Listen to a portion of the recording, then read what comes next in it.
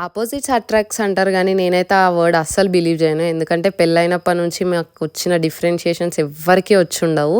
ఒకళ్ళు హాట్ అయితే ఒకళ్ళు స్వీట్, ఒకళ్ళు రూడ్, ఒకళ్ళు ఇంట్రోవర్ట్, ఒకళ్ళు ఎక్స్‌ట్రోవర్ట్ అట్లా మాకు మొత్తం డిఫరెంట్ ఉంటది. ఇంకా డీమార్ట్‌కెళ్తే అయితే పెద్ద హెడేకే. నేనేమో హాట్ స్నాక్స్, ఆయన స్వీట్ స్నాక్స్ తీసుకుంటాడు. అటుకులు, మ్యాగీ ప్రతి ఒక్క దగ్గర డిఫరెన్సే ఉంటది మాకు. ఇంకా అట్లా ఎళ్ళిన ప్రతిసారి మాకు ఆర్గ్యుమెంట్స్ అయితానే ఉంటాయి.